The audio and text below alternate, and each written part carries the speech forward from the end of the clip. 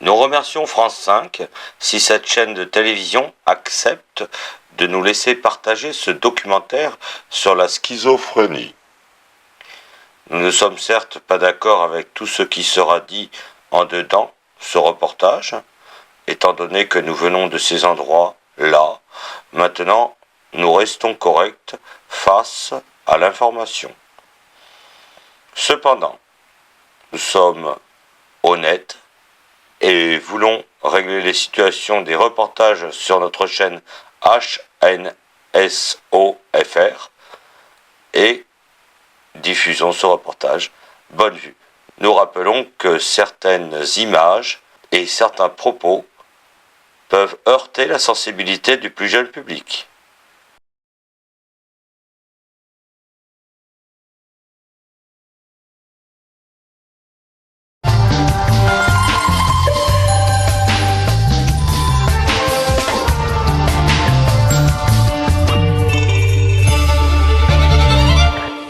Bonsoir, merci de nous rejoindre pour cette enquête de santé que nous sommes très heureux de vous proposer parce qu'il est rare, trop rare, que des émissions soient consacrées à la schizophrénie. Et pourtant, plus d'une personne sur 100 souffre de cette maladie en France, maladie dont nous allons parler durant près de 2 heures. Bonsoir Marine. Bonsoir à tous. Et c'est nécessaire tant la méconnaissance est grande. Ainsi, on assimile souvent la schizophrénie à un dédoublement de personnalité, le fameux Dr Jekyll et Mr Hyde. Pire encore, dans l'esprit de beaucoup, les schizophrènes sont des criminels en puissance. Ce soir, vous allez comprendre que la schizophrénie est beaucoup plus complexe et beaucoup moins dangereuse que cela. Vous allez voir aussi que ces malades et leurs proches souffrent de l'image dégradée et caricaturale que les médias véhiculent. Avec nous en plateau des témoins, des parents, qui nous feront part de leur expérience, mais aussi des spécialistes qui nous diront que même si la médecine n'explique pas encore totalement cette maladie, des traitements existent. Durant 2 heures, nos invités répondront à toutes vos questions puisque nous sommes en direct et que nous sommes là pour vous aider, vous informer. Bonsoir Benoît. Bonsoir Michel, bonsoir Marina, bonsoir à tous. Bien sûr, pour nous faire parvenir vos questions ou témoignages, vous pouvez le faire soit par téléphone portable en tapant EDS comme enquête de santé, votre question, et vous envoyez le tout au 41 555. On vous rappelle que ces SMS ne sont pas surtaxés. Vous pouvez aussi passer par internet www.france5.fr. Gaëlle Germain, la rédactrice en chef de cette soirée, est déjà en train de lire vos SMS, dont un qui vient de nous arriver. J'ai un petit-fils atteint de schizophrénie. Faut-il regarder l'émission avec lui? Oui, bien sûr, cette émission est faite pour tout le monde, les familles, ceux qui ne connaissent pas la schizophrénie, les schizophrènes, les médecins, tout le monde est invité à regarder le documentaire et le débat et puis participer éventuellement au chat qui aura lieu après l'émission. Oui, parce qu'il est bien évident que nous ne pourrons pas répondre aux centaines de questions qui vont arriver durant ces 2 heures. Donc pendant 1 heure après l'émission, on vous expliquera tout et on répondra à vos questions sur un chat. Pour l'instant, on se retrouve après la diffusion du film de Benjamin Battard, Schizophrénie, l'ennemi intime. À tout à l'heure.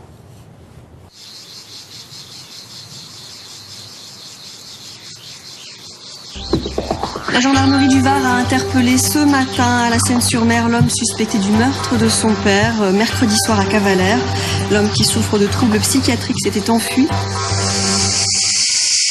C'est cette forêt où mes enfants ont été heureux avec les premiers amis, les premiers flirts, les premiers droits de sortie, contrôlés bien sûr. Et c'est ici que mon fils s'est réfugié après l'acte qu'il a commis le mercredi 9 décembre. Qu'est-ce qu'il avait fait? Il avait tué son père.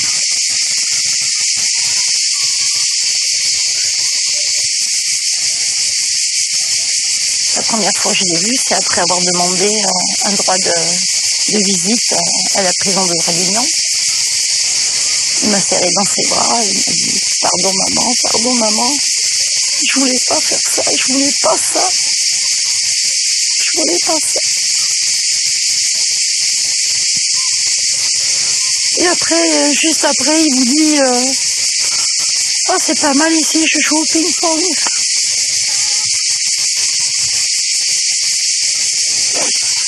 Voilà.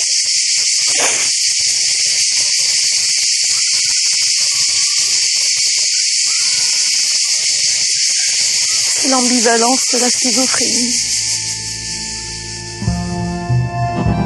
3 fleurs et un palmier.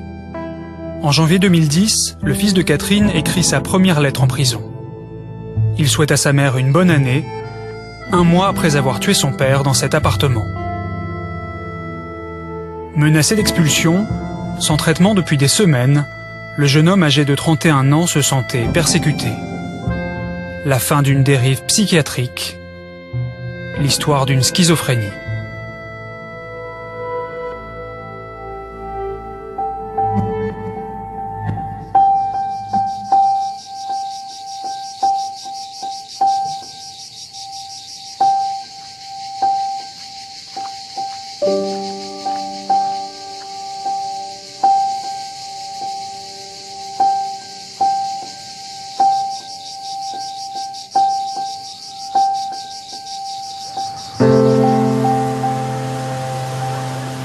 À Toulon, Catherine a rendez-vous chez l'avocat de son fils. Mise en examen pour homicide volontaire, son sort est entre les mains des psychiatres. Les premiers experts ont estimé qu'il avait perdu la raison au moment du meurtre. Si de nouvelles expertises le confirmaient, il pourrait quitter la prison pour l'hôpital psychiatrique. Il est dans un délire. Hein. C'est ça. Au moment où il passe à l'acte instantanément, la maladie est en train à la fois de le ronger, mais de l'attaquer. Il ne sait pas qu'est-ce qu'il risque aujourd'hui, du tout. Et tout ce qu'il voit, c'est sa promenade, qu'au moins il puisse sortir, que voilà, des cigarettes. Hein, voilà. Ce qu'il veut, c'est surtout pouvoir fumer. Voilà, cantiner, comme on dit en prison. Et puis, et pour moi, mais pour sa sœur, il n'a aucune idée de ce qu'on vit, mais pas du tout, pas du tout. J'ai vécu 33 ans avec mon mari. C'est pas si souvent aujourd'hui. Hein. Alors, on avait beaucoup de choses en commun. On s'est occupé de mon fils, on a fait tout ce qu'on a pu pour lui. Aujourd'hui, mon fils a tué son père, mais c'est mon fils. Par le passé, d'autres schizophrènes ont sombré dans la folie meurtrière. Décembre 2004, Romain Dupuis tue une infirmière et une aide-soignante à l'hôpital psychiatrique de Pau. Malade, sans traitement, il dormait la nuit avec un sabre et dit avoir pris l'infirmière pour un mort-vivant. Novembre 2008, un patient s'échappe de son unité psychiatrique et poignarde Luc Meunier, un étudiant en plein centre-ville de Grenoble. 13 ans plus tôt, Jean-Pierre Guillot avait déjà tenté de tuer un passant au même endroit. Avril 2010, gare de Lyon. Le pousseur du RER projette contre la rame un homme de 52 ans qui meurt quelques minutes plus tard sur le quai. Point commun entre ces crimes, les auteurs étaient tous schizophrènes. Pour près d'un Français sur 2, le lien est évident, les schizophrènes sont par nature dangereux. Mais quelle réalité se cache derrière la schizophrénie et la caricature qu'en font les médias? Pour le savoir, nous avons rencontré Daniel Zaguri. Ce psychiatre, expert auprès des tribunaux, connaît bien le profil des schizophrènes meurtriers.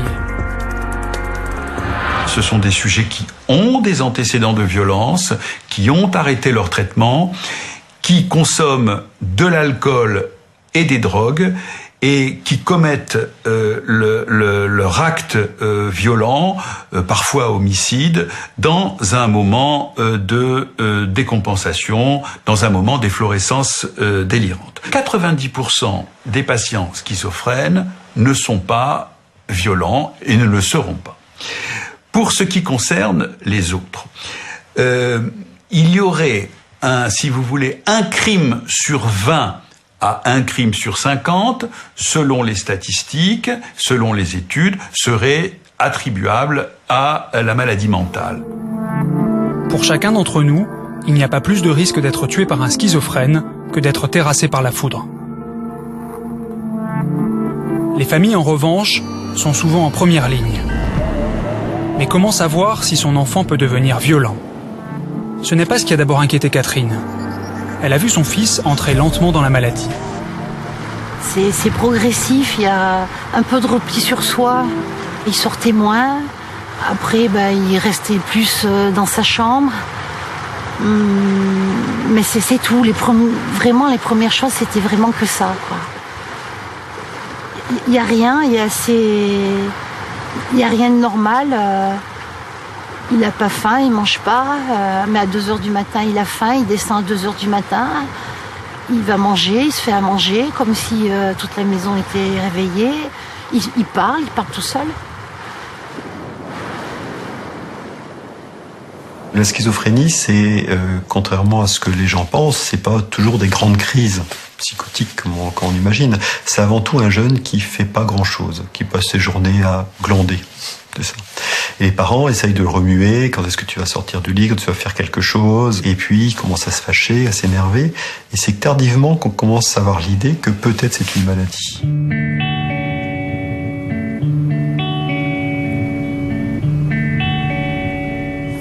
Un dimanche comme les autres pour Alexandre, 35 ans. Je fais mon marché. Sur les bords de Seine, il arrache des ronces pour nourrir son élevage de phasmes, ses insectes favoris. Avant même le divorce de mes parents, j'avais déjà des phasmes. Phasmes Heteropteryx dilatata. Et là, on peut les différencier entre mâles et femelles. Donc le mâle marron, la femelle verte, beaucoup plus imposante comme la menthe religieuse. Alexandre souffre de schizophrénie depuis 10 ans. À l'époque, ses parents divorcent et il manifeste ses premiers troubles du comportement. Alexandre rejette ses proches, fume beaucoup de cannabis et abandonne ses études de biologie. Désormais, son seul centre d'intérêt se trouve dans ce vivarium où se cachent ses phasmes, expert du camouflage. Ça ressemble à une brindille, cet insecte. Pourquoi ça vous intéresse? Le mimétisme, peut-être. Ça vous apaise? Oui, puis j'ai même eu des poissons pendant une période. Mais j'avais du mal à accrocher, quoi.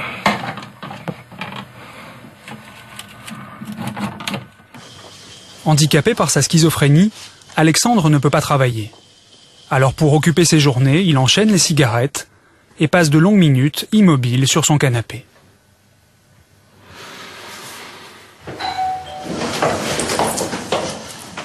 Ses seules visites régulières sont celles de sa mère, Danielle.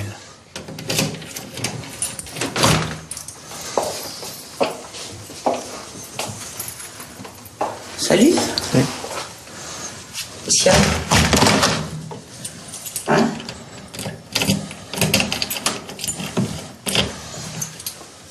Mais aujourd'hui, sa présence l'angoisse et Alexandre se fige.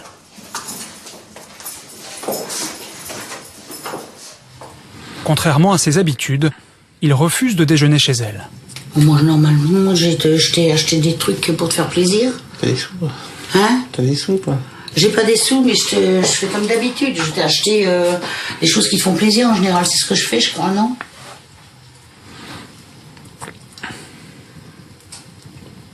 Allez, il faut te détendre. Ok? D'accord.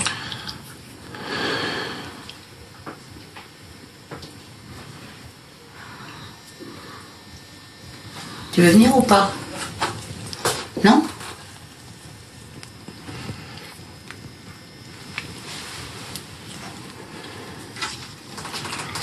Bon, moi je suis pas là pour t'embêter. Il y a un problème avec moi en ce moment? Ou tout simplement... J'ai prévu de faire des spaghettis. Comment? J'ai prévu de faire des spaghettis. Bon, t'as le temps de faire des spaghettis alors que j'ai dans la voiture exactement ce que tu aimes. Je suis ma vie. Hein. Eh ben alors, viens chercher tes courses et puis tu reviens, tu vis ta vie. Hein. Tu fais comme tu veux. D'accord? Ça serait gentil.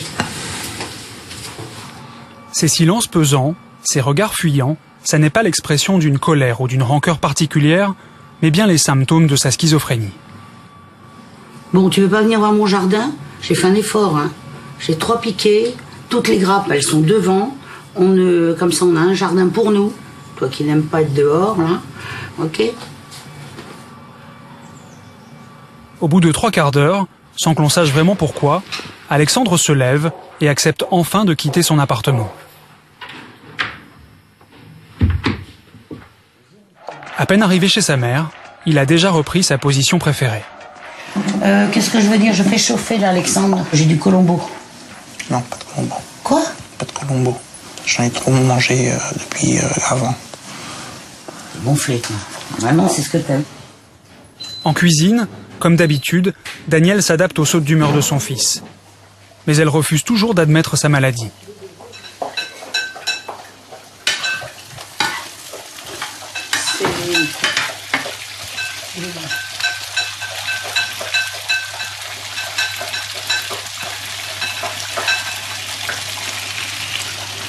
C'est le côté irréversible. Puis moi, je suis la maman. Donc il y a l'avant, actuel et l'avenir. C'est un sujet que j'ai du mal à aborder. On m'a dit, allez vous faire aider. Aider quoi? Comment voulez-vous admettre? On n'admet jamais ça. Après une matinée sous tension, Daniel et Alexandre peuvent enfin passer à table pour quelques instants de quiétude. Dans la plupart des familles, les mêmes scènes se répètent. Les premiers symptômes de la schizophrénie apparaissent en moyenne entre 15 et 25 ans et se confondent souvent avec une banale crise d'adolescence. Les familles souvent disent, mais qu'est-ce qu'on a raté? Surtout que l'entourage n'arrête pas de leur dire, tu devrais le mettre dehors, tu devrais être plus ferme avec, tu devrais pas permettre ceci, pas permettre cela. Sauf que ce qui peut marcher chez quelqu'un, un peu plus des fois de fermeté chez quelqu'un qui est pas malade, chez celui qui est malade, ça marche pas, parce que il y a des inerties plus fortes liées à la maladie. La médecine n'explique pas la schizophrénie.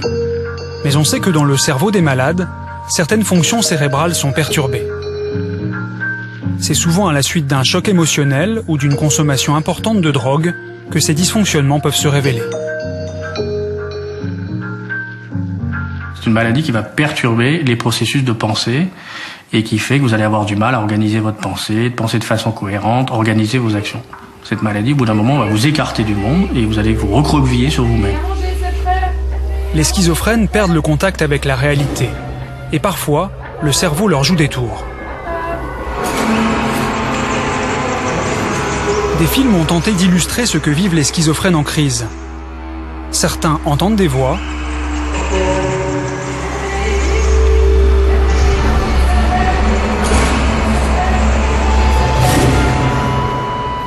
et d'autres voient des choses qui n'existent pas.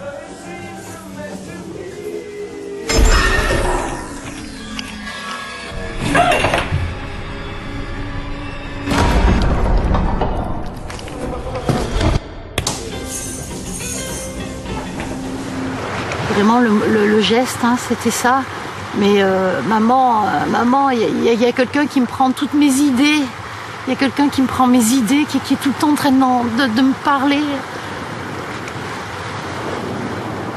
Moi, j'ai essayé, voilà, de le prendre dans mes bras, de le calmer. On essaye ça aussi.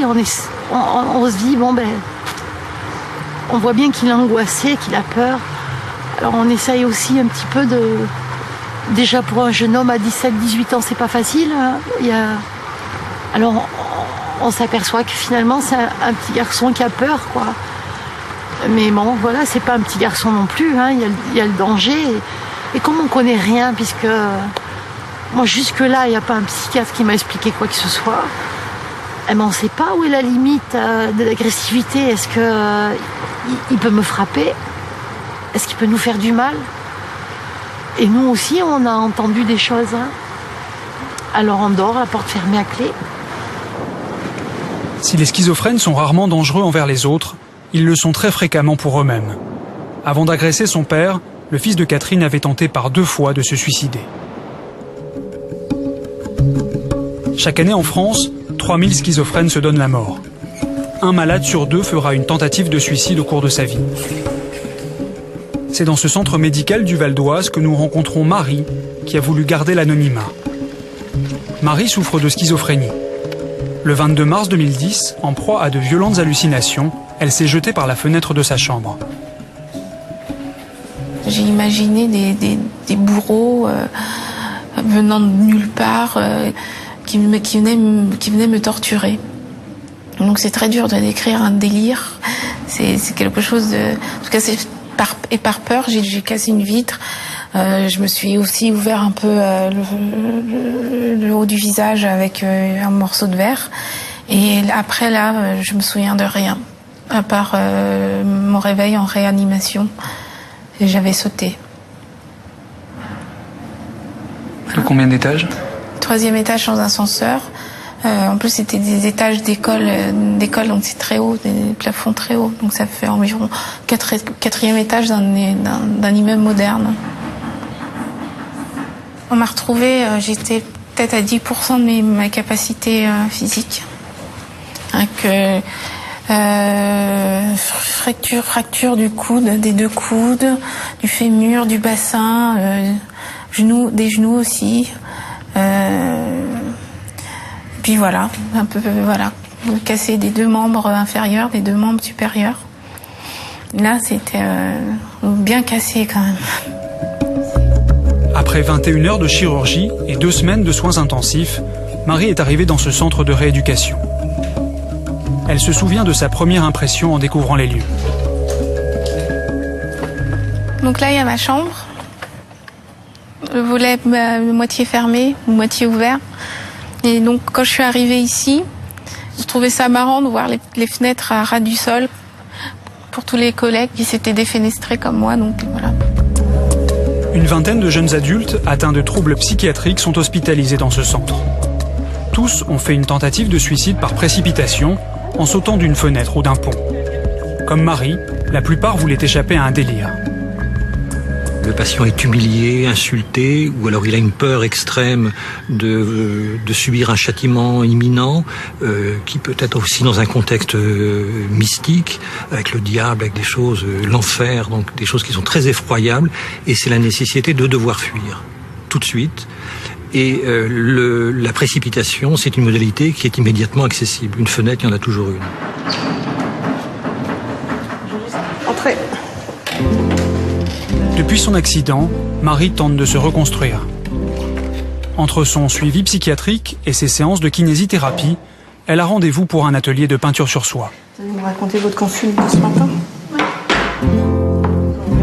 C'est aussi l'occasion de se confier à Françoise, l'ergothérapeute. Et comment il a trouvé votre main? Mais il était, il n'a rien dit. Une plaisanterie, vous lui avez pas montré votre main? Si, mais il était tellement bavard, tellement que j'ai eu le temps de Parce que dire. ça, c'est tellement spectaculaire.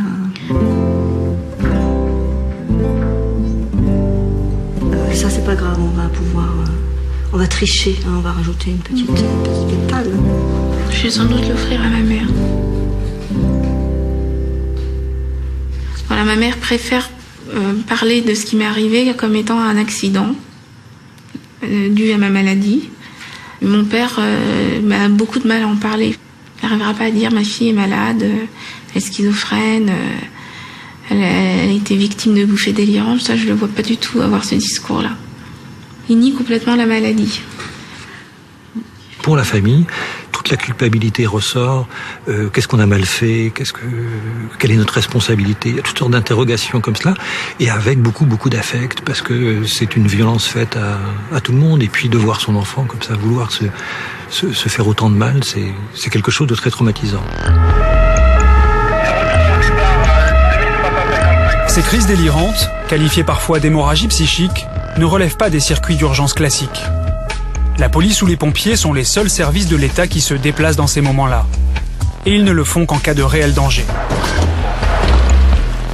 En revanche, face à une suspicion de crise cardiaque, l'intervention du SAMU est immédiate. Pourquoi une telle différence de prise en charge ?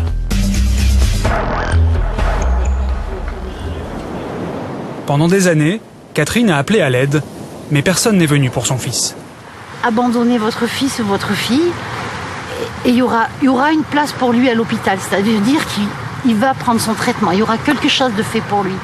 Si vous le gardez chez vous, il faudra se débrouiller puisque personne ne vient. Il n'est pas obligé d'aller voir le psychiatre, il n'est pas obligé de prendre son traitement. Donc vous faites face à toutes les bouffées délirantes, les unes après les autres. Quand elles arrivent, vous vous sentez en danger, vous appelez la gendarmerie, ils ne viennent pas. Vous appelez les pompiers, ils ne viennent pas. Le médecin généraliste ne vient pas. Et le psychiatre vous dit, mais je ne vais pas venir lui faire une piqûre de force, alors que je le suis avec confiance. Il a confiance en moi. Alors, vous raccrochez, et puis vous vous démerdez, comme on dit. Une seule fois, Catherine a pu faire hospitaliser son fils contre sa volonté. Il venait d'être arrêté par les gendarmes alors qu'il conduisait sans permis. Chaque année en France, plus de 70 000 personnes sont hospitalisées sans leur consentement. Marseille, hôpital Sainte-Marguerite. Ici, les malades psychiatriques les plus difficiles à gérer sont placés dans l'unité Cassiopée. Aux hommes citoyens, formez vos bataillons. Ce service fermé de 11 chambres est réservé à des malades psychotiques en crise. Souvent des schizophrènes. Ils ont perdu la raison ou présentent un risque élevé de suicide et sont hospitalisés à la demande d'un tiers, souvent la famille, on parle alors d'HDT, ou sur ordre du préfet, lors d'une HO, une hospitalisation d'office. On a dans l'unité là fermée, nous avons tous les patients sous contrainte. Ce sont des patients qui sont en HDT, à la demande d'un tiers, ou en HO, c'est parce qu'ils ont posé un problème soit pour autrui ou pour eux-mêmes. Donc à ce moment-là, ils sont amenés ici, parce que bon, à un moment donné, leur état s'est dégradé. Et leur... Et moi je vous emmerde, d'accord? Je vous emmerde.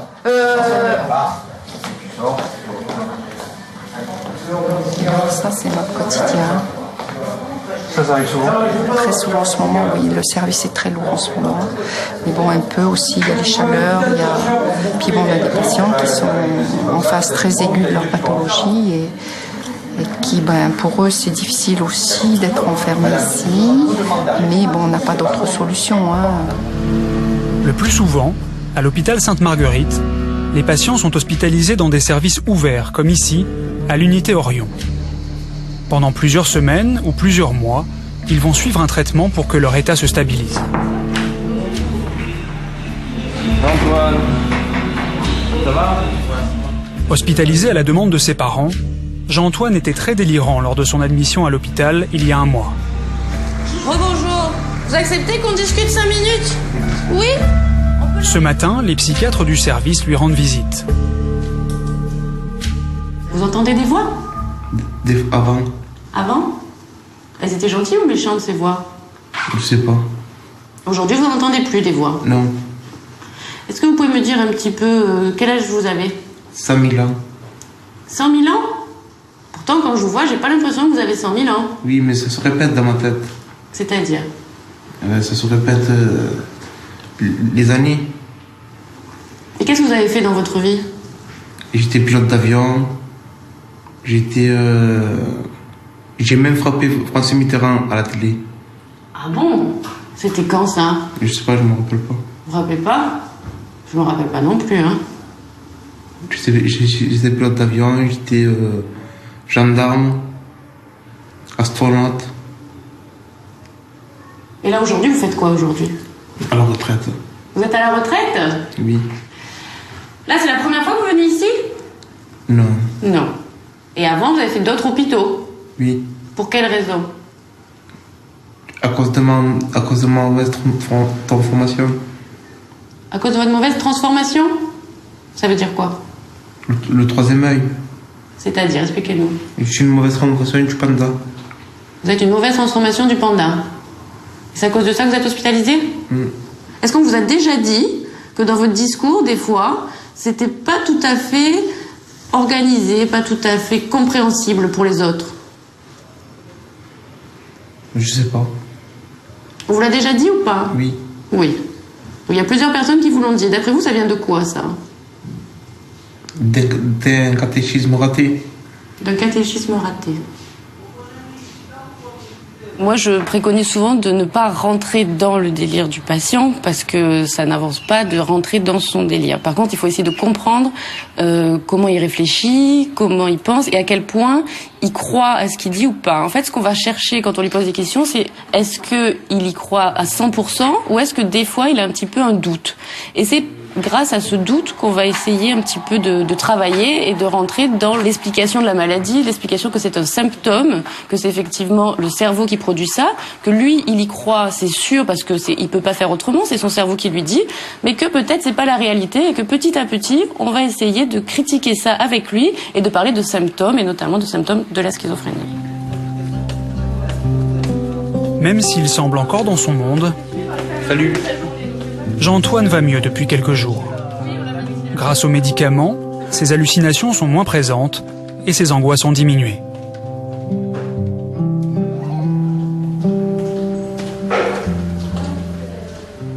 Les médecins doivent maintenant décider s'il peut retourner vivre chez ses parents.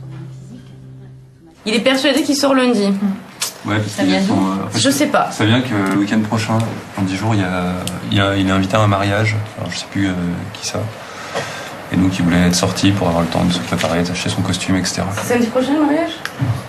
Pourquoi pas, de toute façon, Oui, dans la famille, non, mais ils ont eu bien plus symptomatique. Mais alors, la famille était, jusqu'à la semaine dernière, était un peu réticente. Donc là, j'ai dit, on va voir cette perme. Et si la famille nous confirme que c'est bon, bah, il sortira dans la semaine. Hein. Mais quand même, on revient de loin avec monsieur Rédé.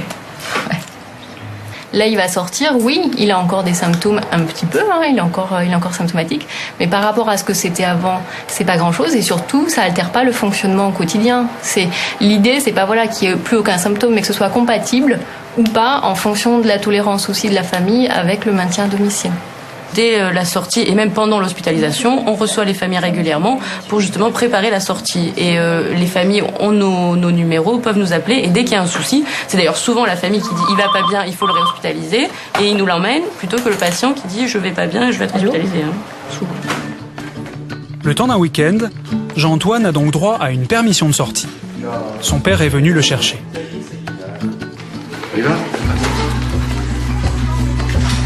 Mais avant de quitter l'hôpital, ils doivent passer par le poste infirmier où l'on prépare les médicaments pour les prochaines 48 heures. On croyait que vous partez demain, c'est pour ça qu'on n'avait pas préparé vos traitements. C'est un petit peu long. On a presque fini. Oh, donnez pas 1 kilo de remède. Comment ? Là, vous allez faire attention à ce qu'ils prennent bien ces médicaments? Ah oui, c'est comme la diabète. C'est à vie la diabète. Il faut prendre des cachets, il faut prendre des piqûres, etc. Et monsieur, il ne prend pas. Voilà. Et il replonge. Alors, ramène ici. Pour traiter sa schizophrénie, Jean-Antoine doit prendre des médicaments 4 fois par jour. Des neuroleptiques pour contrôler ses hallucinations et des anxiolytiques pour calmer ses angoisses. Et pour s'assurer qu'il respecte bien la prescription, l'infirmière remet à son père le détail des prises. D'accord. Bon, les si besoin, c'est dans les petits tubes et il y a les heures. De toute façon, c'est marqué là, non? C'est marqué et c'est marqué sur les tubes. D'accord. Ok. C'est bon? Oui. Voilà, bon week-end. Merci, mademoiselle. Au revoir. Au revoir, messieurs, dames.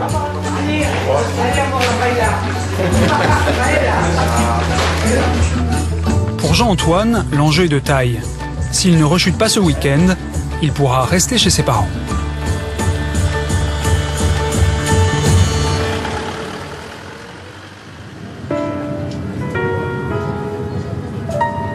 « 50 à 70% des patients schizophrènes prennent mal ou arrêtent leur traitement.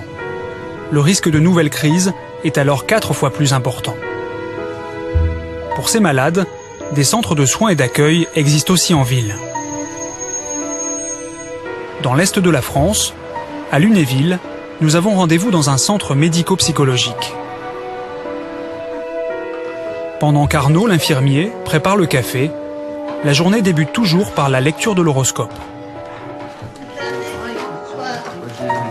Poisson, madame. Ah oui. Poisson. Voilà. Vos activités quotidiennes vous pèsent.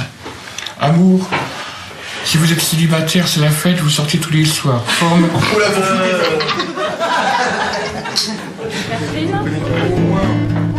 Chaque jour, ces patients viennent de leur plein gré prendre les médicaments préparés la veille par les infirmiers. On n'est pas en hospitalisation ici, donc ça part sur le volontariat des personnes qui sont là, quoi. Il y a des rendez-vous médicaux qui sont faits, des choses comme ça, mais ici on n'est pas du tout dans la contrainte par rapport à ça. Comment ça va? Pour certains malades, cette prise quotidienne de médicaments est trop lourde à gérer. C'est le cas de cette patiente schizophrène qui a rendez-vous au centre ce matin pour son injection mensuelle de neuroleptiques. Attention, jeune fille. C'est quand même un geste invasif, mais l'avantage pour elle, c'est que ça se fera tous les 21 jours seulement, au lieu d'une prise quotidienne. Et du coup, notre suivi est vraiment très léger. C'est-à-dire qu'on voit le jour de l'injection forcément.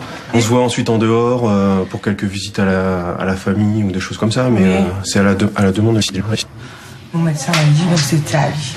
Ouais, j'ai posé la question, tout ça, machin, mais il m'a dit on peut pas maintenant, c'est comme ça, puis ça restera comme ça. C'est à vie. Dans 21 jours, cette patiente recevra une nouvelle dose de neuroleptiques.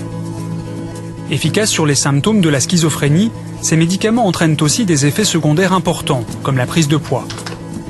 Un mieux-être, des effets gênants, beaucoup de malades sont alors tentés d'arrêter le traitement. Plus souvent est interrompu le traitement, plus la rechute sera sévère et difficile à récupérer. Donc c'est un enjeu vraiment extrêmement important, je dirais même colossal, pour un patient que d'avoir une continuité de l'ensemble des soins et du médicament en particulier. Pendant près de 10 ans, le fils de Catherine a reçu lui aussi des piqûres de neuroleptiques. Et chaque mois, sa mère contrôlait ses injections. Moi, je suivais son traitement d'assez près avec l'infirmière qui avait la gentillesse aussi de me tenir au courant quand il venait pas. Donc on arrivait quand même toutes les deux à se mettre au courant. Donc j'allais aussitôt voir. Comme il avait besoin de produits alimentaires régulièrement, je lui apportais un sac d'aliments, de Nutella, des gâteaux. Et en même temps, c'était tu vas faire ta piqûre s'il te plaît. T'es déjà en retard d'une semaine. T'es en retard de 2 semaines. Et là, il y allait. J'avais pas besoin de me fâcher, mais il faut le rappeler.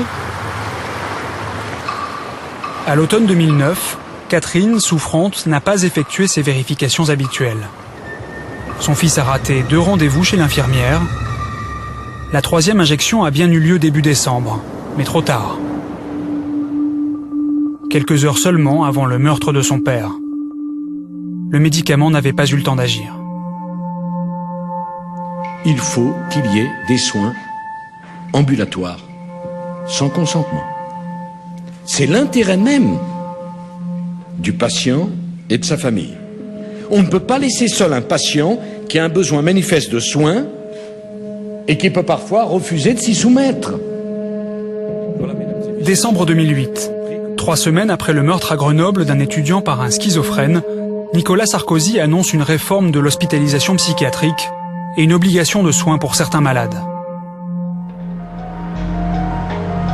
Ce discours, devenu projet de loi, sera soumis début 2011 au vote des députés. Le texte donnerait la possibilité de réhospitaliser d'office des malades refusant les soins. Les psychiatres auraient donc un rôle de surveillance à jouer.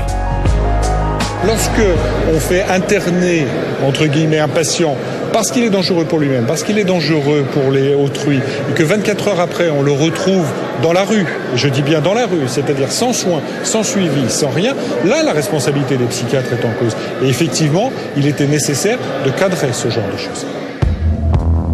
Le docteur Guyader est un opposant farouche à ce projet de loi. Selon lui, ce texte risque de détruire la relation de confiance entre le psychiatre et son patient. J'entends bien que j'ai une part de responsabilité dans le fait de ne pas faire n'importe quoi et de laisser vagabonder comme ça un patient dont je penserais qu'il est susceptible d'être immédiatement dangereux. Bien sûr que nous avons une responsabilité par rapport à ça, mais on ne peut pas avoir en charge, être les auxiliaires du maintien de l'ordre et dépendre entièrement de l'autorité administrative dont on sait qu'elle varie suivant les gouvernements et qu'au jour d'aujourd'hui, les choses ne sont pas forcément à protéger la liberté des minorités gênantes. En France, 30% des sans domicile fixe souffrent de graves troubles psychiatriques. Alors comment soigner ces malades livrés à eux-mêmes ? Ça va ? Des expériences existent. À l'hôpital Sainte-Anne à Paris, nous avons rendez-vous avec le docteur Mercuel. il dirige une équipe mobile de psychiatres et intervient dans la rue auprès de malades en détresse. Ce matin, il cherche l'une de ses patientes. Donc là, on va essayer de renouer un contact avec une personne qui déambule entre le Port-Royal et d'Enfer-Rochereau, avec des injonctions délirantes qui lui font faire n'importe quoi et qui la mettent en danger. Les patients du docteur Mercuel sont sans domicile fixe. Dans la rue, les rendez-vous sont rares et ce psychiatre consulte au gré des rencontres. Non, je la vois pas. La patiente que cherche le médecin reste introuvable. Non. Quelques mètres plus loin, le psychiatre n'a pas plus de chance avec une autre patiente vivant sous cet abri.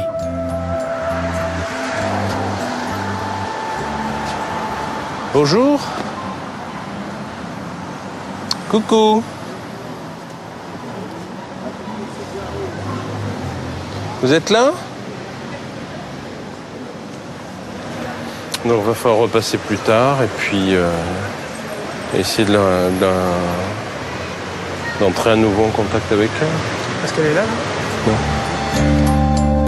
Après une demi-heure de recherche sur le boulevard, le docteur Mercuel rencontre enfin un patient qu'il connaît bien. Assis sur son banc, cet homme souffre d'un trouble de l'identité. Ah bonjour. Quelle surprise! Ça va? Disons que c'est quand même étonnant de vous voir par là. Et vous donc?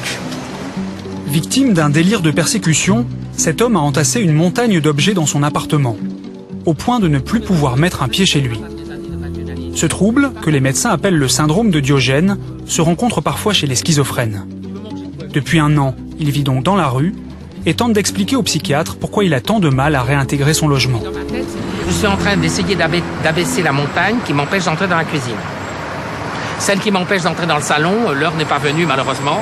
Mais bon, j'envisage quand même plusieurs transvasements, c'est-à-dire qu'une fois cette vallée comblée qui m'empêche d'aller dormir, tout va revasculer dans la cuisine. Vous êtes mis à la porte de chez vous? Il paraît. Enfin, c'est vous qui l'avez fait. Vous êtes mis à la porte de chez vous. Peut-être qu'inconsciemment, j'ai fait exprès de me mettre à la porte de chez moi. Peut-être inconsciemment, j'ai perdu ma clé, voilà. Oui. Voilà. Donc vous faites le chemin inverse d'un Diogène, en fin de compte. Vous videz chez vous. Mais je suis acculé. Oui. J'ai pas le choix. Oui, c'est bien. Vous allez rentrer chez vous, alors. On essaye de les accompagner le plus longtemps possible à la rue. Hospitaliser pour donner des médicaments, ça ne sert pas à grand-chose. Par contre, faire accepter qu'ils prennent un médicament à la rue peut éviter, dans de nombreux cas, une hospitalisation. Donc pour nous, c'est tout le travail du suivi ambulatoire, comme s'ils avaient un chez eux. On fait en gros des visites à domicile, à sans domicile. Dans quelques jours, cet homme sera vu en consultation à l'hôpital Sainte-Anne. Une étape indispensable pour réintégrer les sans domicile fixe dans un circuit de soins.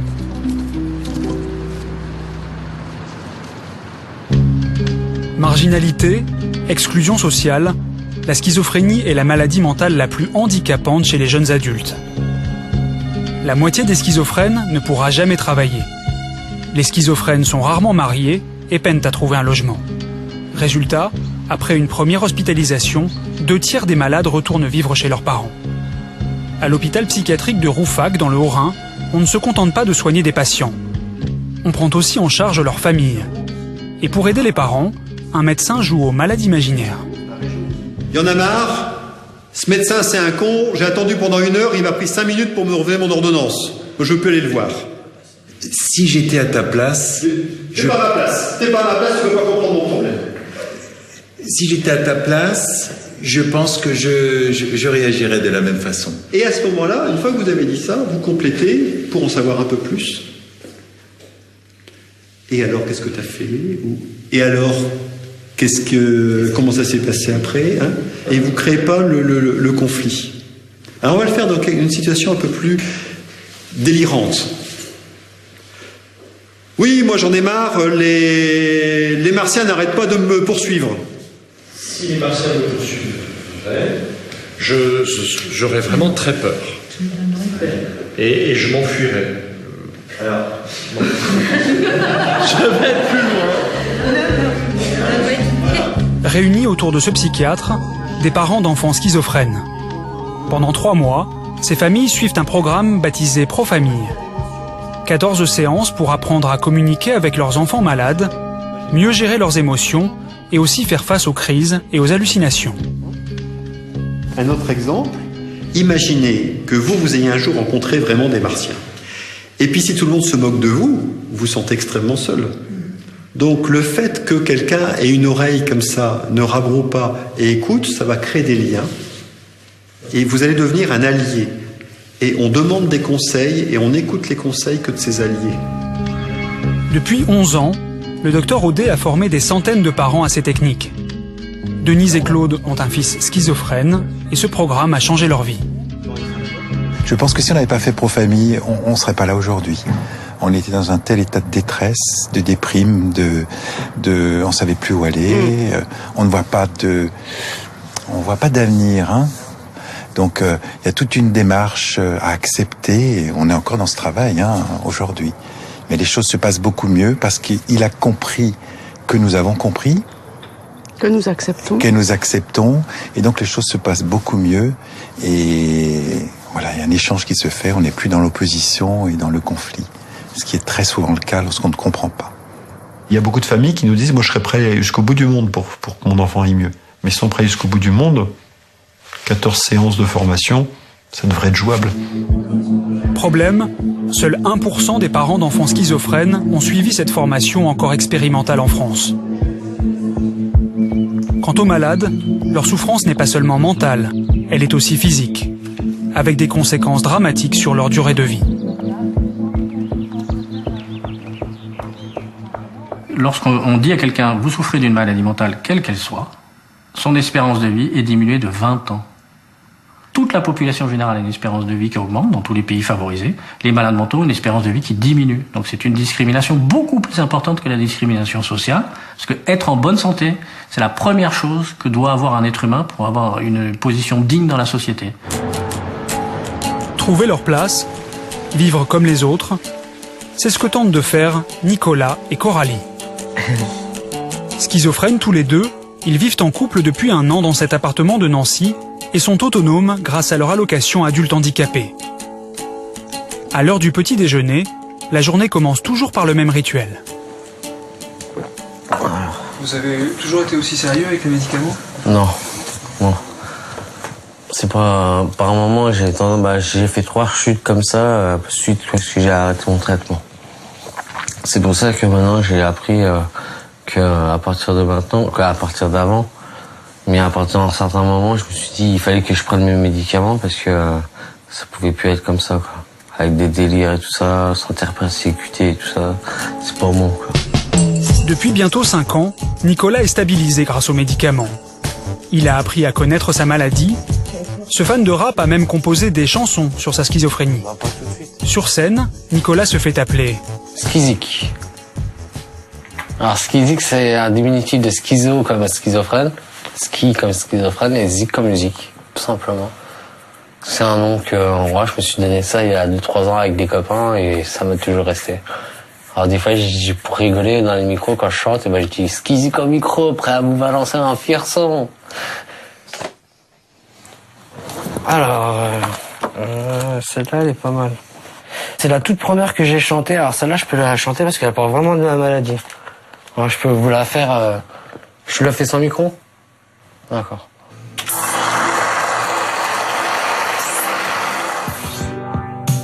Je vais dans l'espoir qui me donne envie de croire.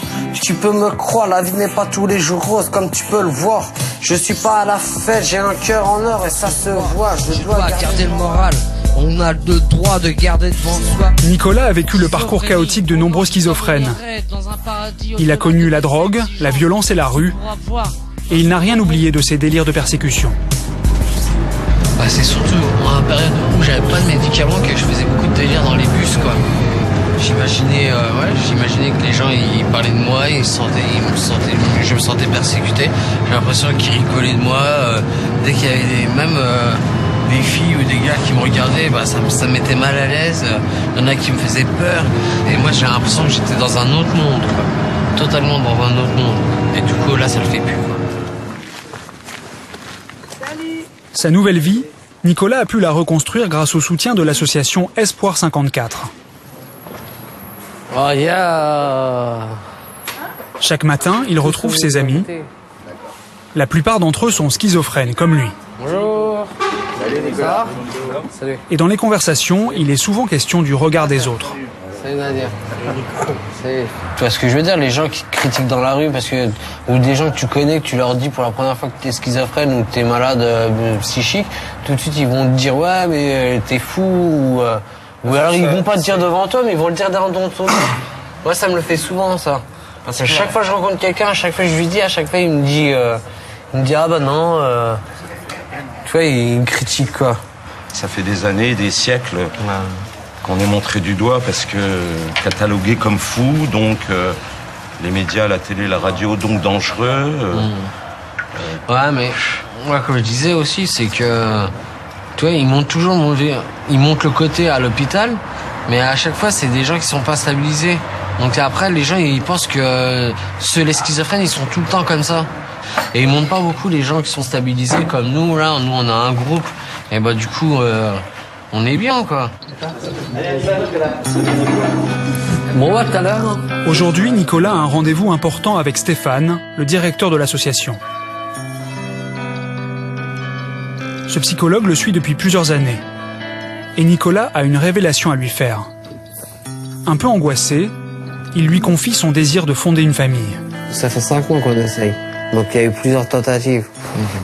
Et donc, tu es en train de me dire qu'actuellement, vous n'utilisez plus de moyens de contraception? Ah non, plus rien. Voilà. Depuis 5 mois, même plus que ça. Non, c'est vraiment voulu, quoi. C'est pas juste... Mais voulu, après un enfant, tu sais, c'est être parent, c'est toute une vie. Oui, je sais. Hein? Je sais, je suis vraiment engagé.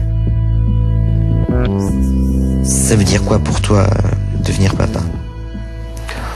Il y a plein de choses, hein. Avoir son propre enfant... Il y a plein de choses, je sais pas, comme une personne normale, quoi. C'est l'amour qu'on peut lui donner. Bon, je sais, ça sera pas facile tout le temps.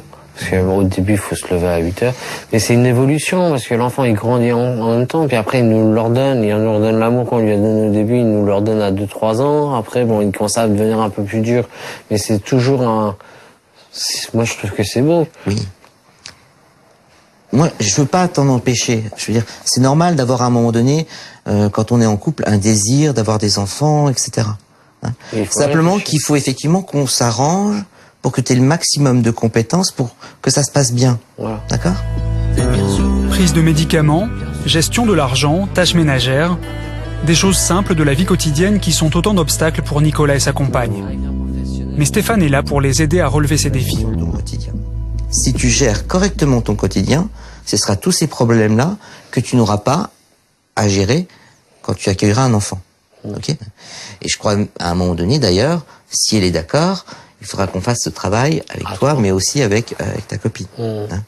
Parce que c'est quand même quelque chose qui la concerne aussi. Ah, mon Dieu, une nouvelle aventure qui commence.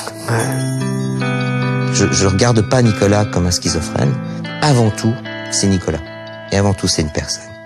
Et cette personne, eh bien, elle a des compétences. Et elle a des désirs. Et en l'occurrence, t'as un désir fort. Ouais.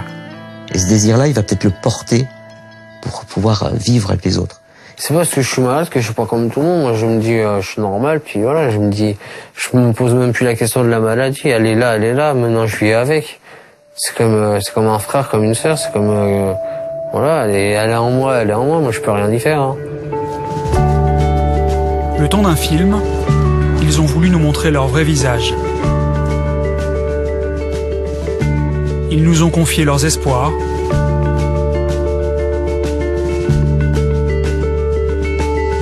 leur détresse face à la violence, la solitude et les angoisses. Ils nous ont montré leur combat,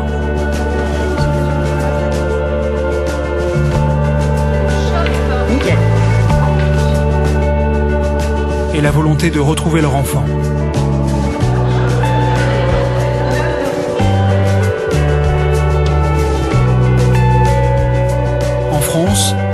800 000 malades souffrent de schizophrénie et du regard que nous portons sur eux.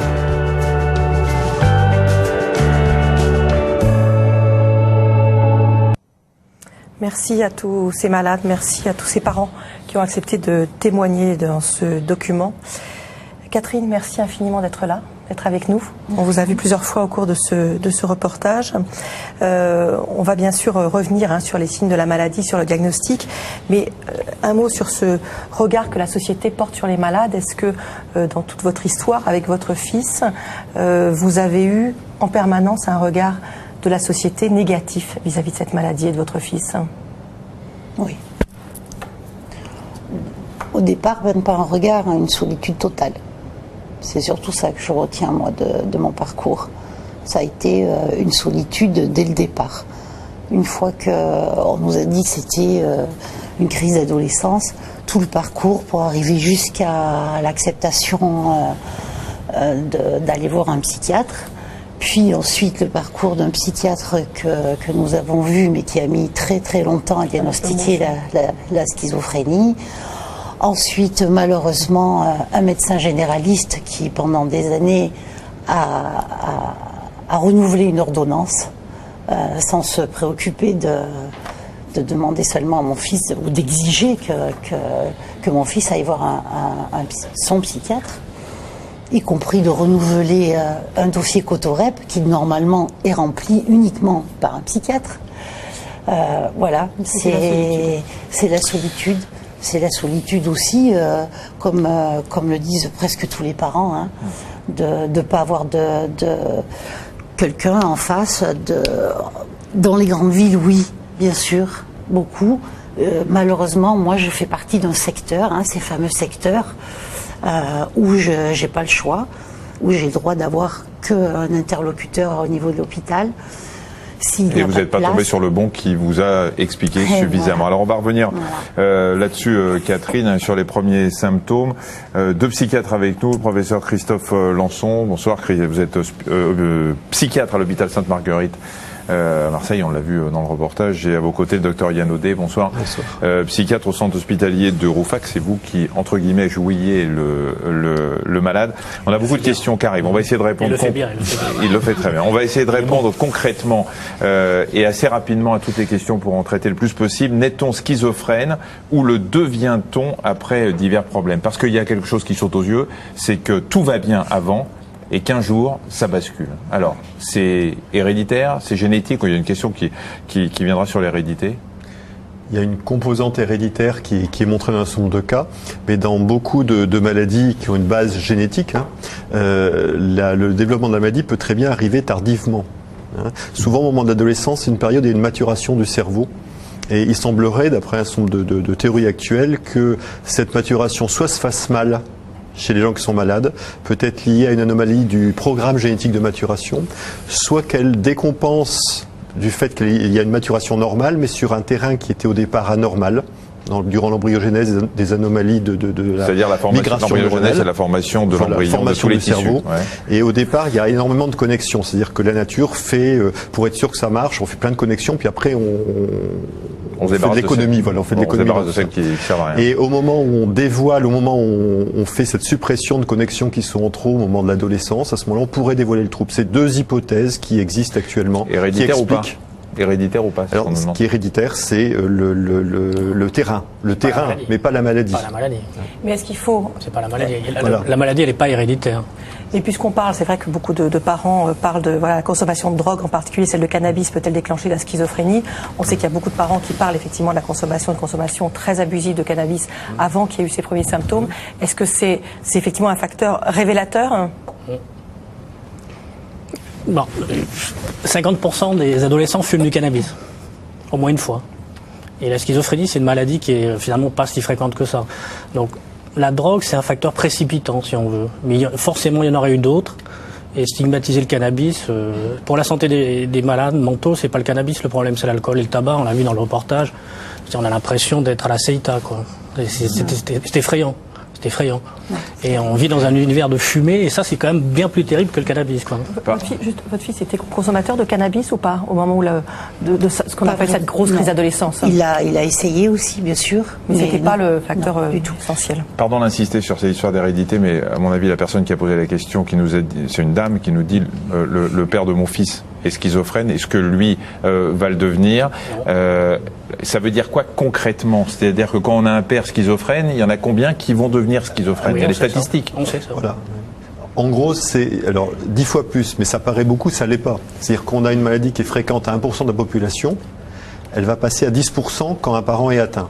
Ça veut dire, dit autrement, il faudrait que la personne ait 10 enfants pour en avoir un malade. Donc la transmission est très faible. Ça, c'est la première chose. Et puis, ce qu'il faut dire aussi, et c'est là où on n'est pas tous tout à fait d'accord, c'est que la schizophrénie, ça ne survient pas brutalement. C'est-à-dire, la crise, elle est brutale. Mais quand on regarde comment ça vient depuis très très longtemps. Il y avait des signes. Oui, dans l'enfance. Il y a des signes dans l'enfance qui permettent... Rétrospectivement, de se dire qu'il y avait quelque chose. Il y a même des études qui montrent que dans la cour d'école, à 5 ans, on peut avoir un certain nombre de signes qui doivent alerter. C'est pas dire que les enfants sont malades à ce moment-là, et que si on fait attention, c'est-à-dire qu'on s'en préoccupe comme des enfants différents des autres. Ça veut pas dire qu'on les soigne, qu'on porte une attention à eux dans leur parcours scolaire, dans leurs relations, dans leur développement, et ben on peut éviter qu'ils tombent malades. Catherine, vous aviez vu des symptômes avant sa première crise, son premier délire? Moi, on m'a dit qu'il était schizophrène à tendance mystique. Donc, un des signes, par exemple, c'est qu'il a pris à la maison tout ce qu'il trouvait en couverture, en nourriture, pour le donner aux sans-abri.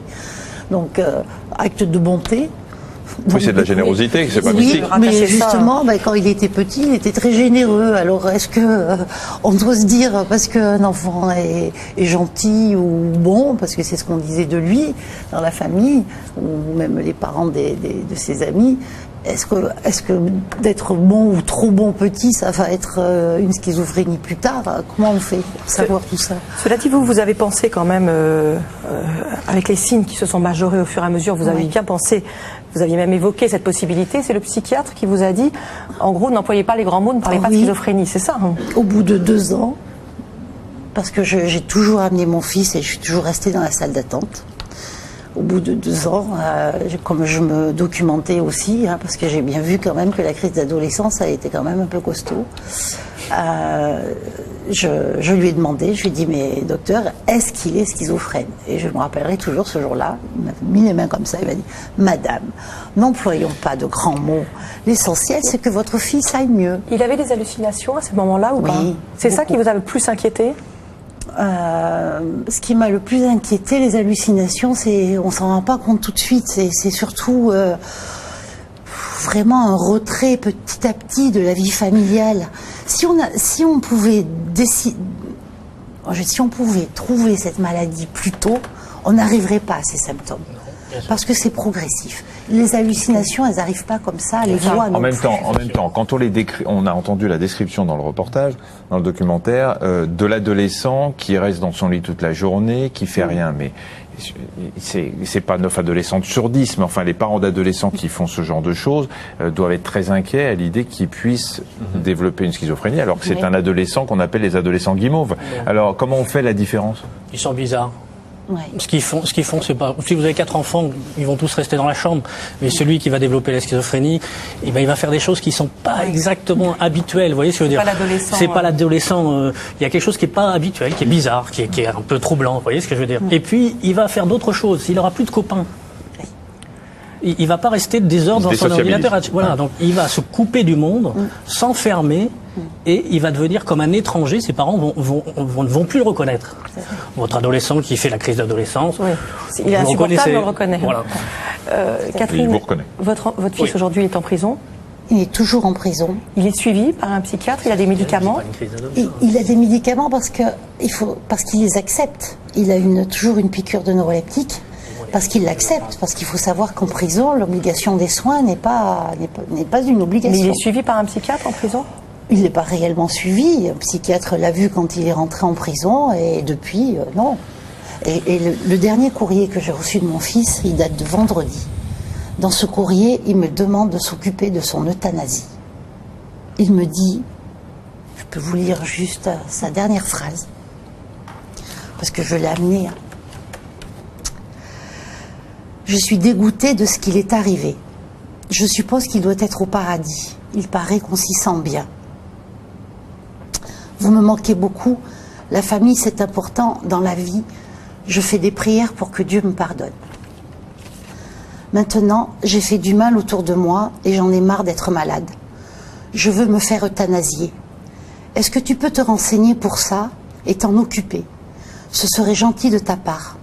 De toute façon, je ne peux pas vivre comme ça et je veux que cela s'arrête rapidement. S'il te plaît, maman, rends-moi ce service. Ton fils qui t'aime.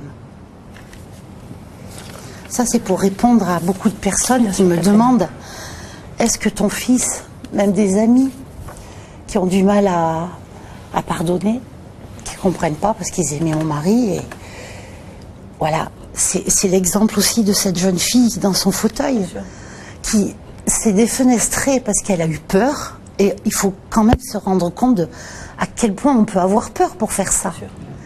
Et qui ensuite, avec le traitement, a un discours totalement cohérent, et on voit très bien cette personne qui va avoir une vie normale. Ça veut dire que s'il y a un traitement, il y a une vie normale. Il peut avoir une vie normale pour les schizophrènes. On va parler bien sûr longuement de ces traitements et des problèmes des effets secondaires et de la façon dont ces traitements doivent être suivis effectivement.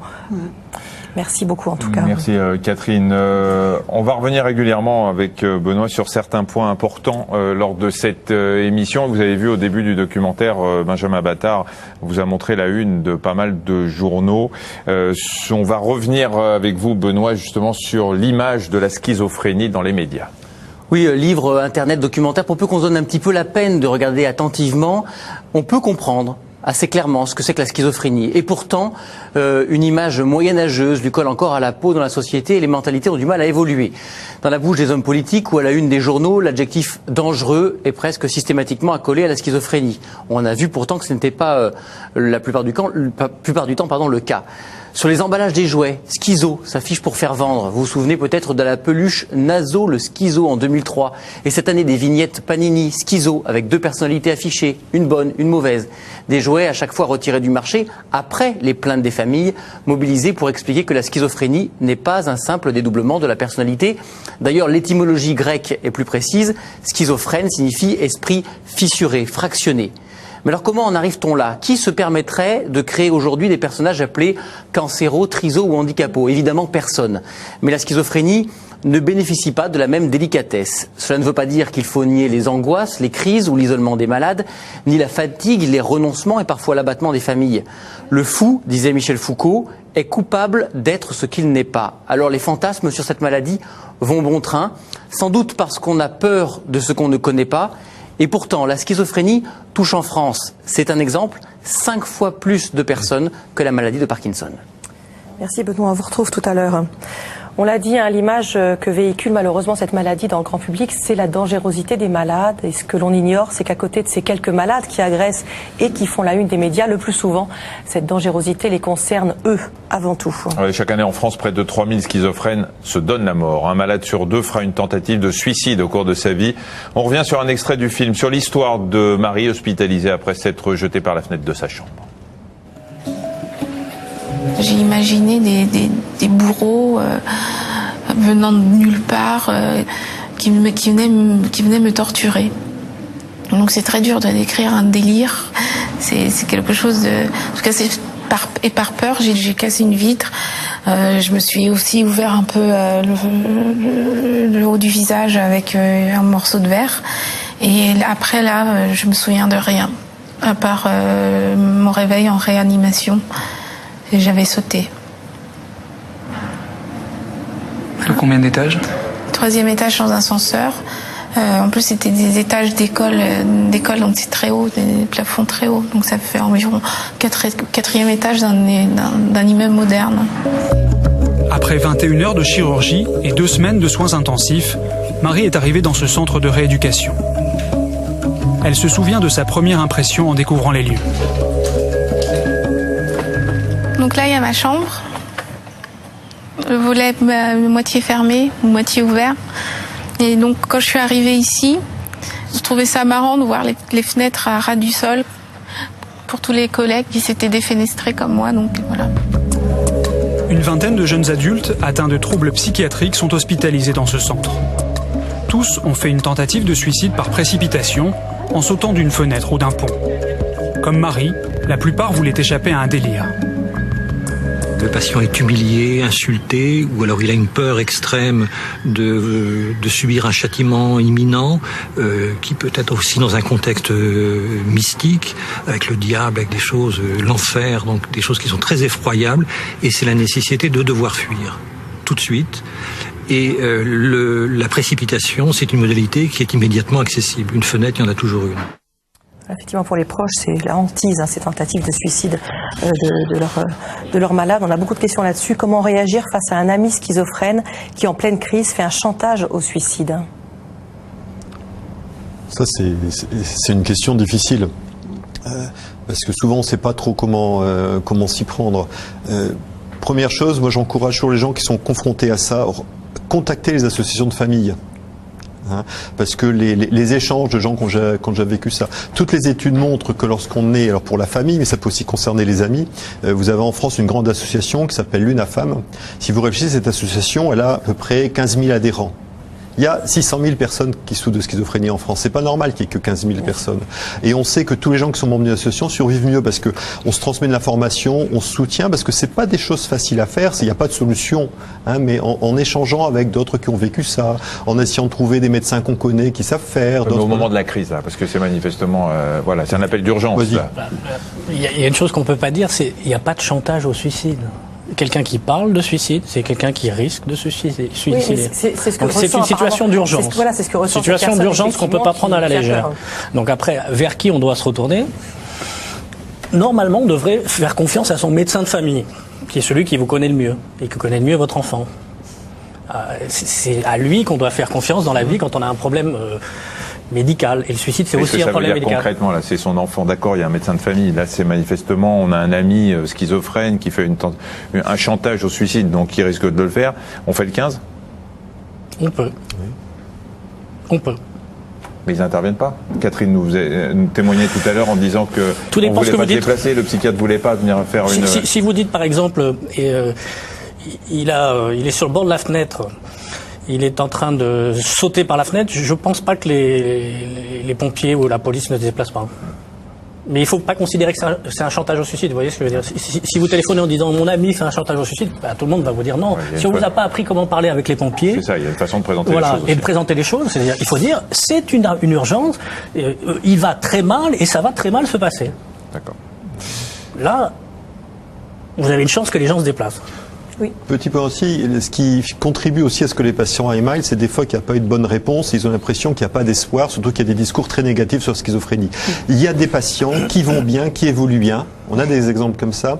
Il y a eu des témoignages même de patients qui s'en sont bien sortis, qui ont ensuite écrit dans des revues scientifiques internationales pour dire ce qui les avait aidés et pas aidés. Et ils disent ce qui est très important, c'est qu'avec l'annonce du diagnostic, il y ait l'espoir. Parce que même si on sait que c'est une maladie grave, il y a des gens qui s'en sortent bien. Et prenons l'exemple d'un cancer. Si on sait que dans un cancer, il y a que 3% de survie à 5 ans, on préfère de savoir que c'est 3% en disant j'en ferai peut-être partie. C'est sûr, 97%, bien sûr. Or, il y a une vision dans la psychiatrie encore très négative de la schizophrénie. On a l'impression que quand on a fait ce diagnostic-là, il n'y a pas d'espoir, c'est faux. Oui, alors qu'il y a beaucoup plus de patients qui ont un bon pronostic. Juste pour revenir sur ces tentatives de suicide, on l'a entendu, en général c'est dans le cadre d'un délire.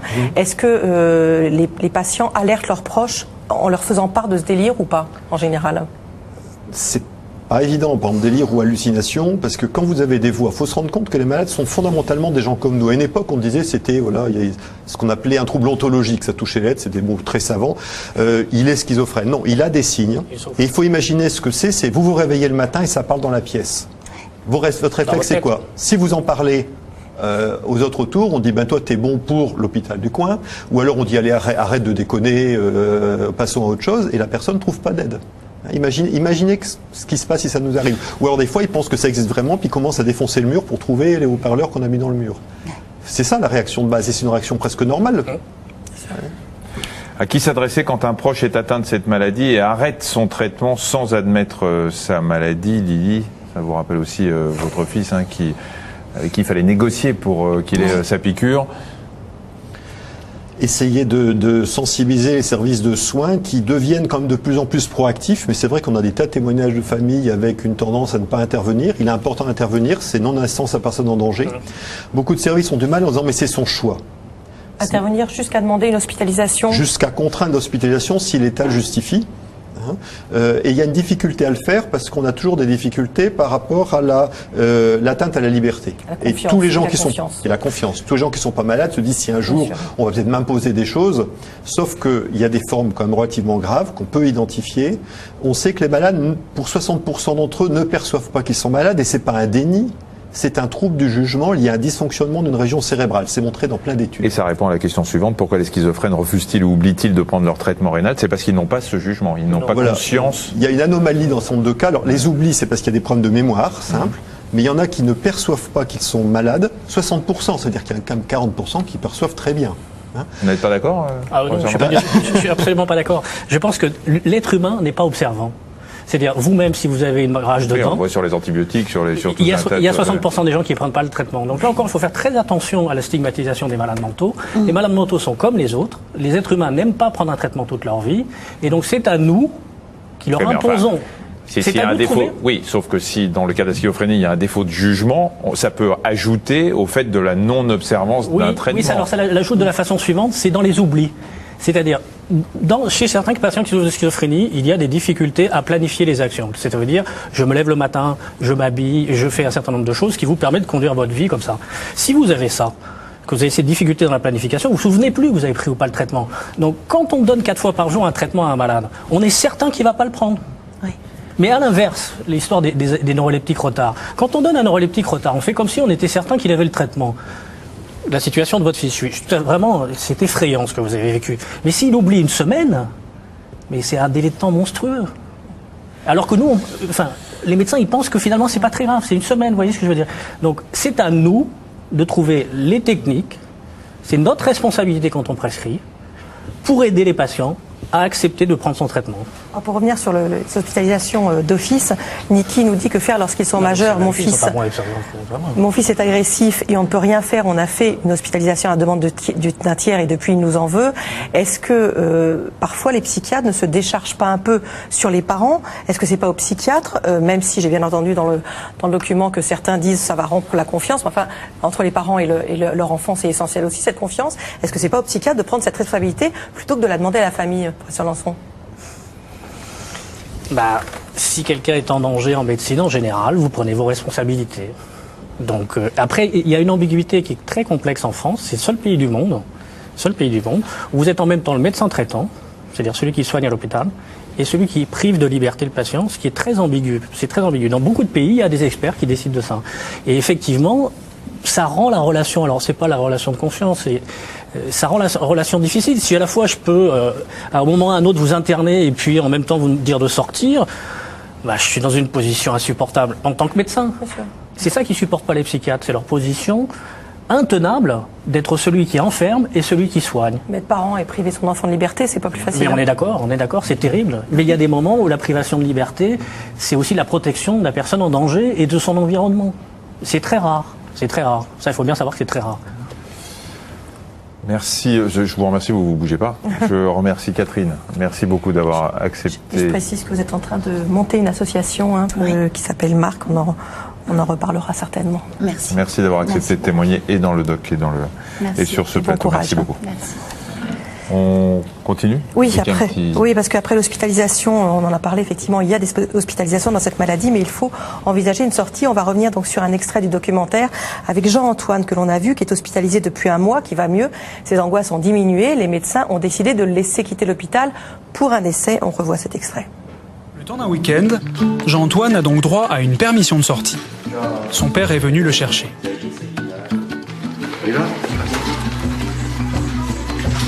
Mais avant de quitter l'hôpital, ils doivent passer par le poste infirmier où l'on prépare les médicaments pour les prochaines 48 heures. On croyait que vous partez demain, c'est pour ça qu'on n'avait pas préparé vos traitements. C'est un petit peu long. On a presque fini.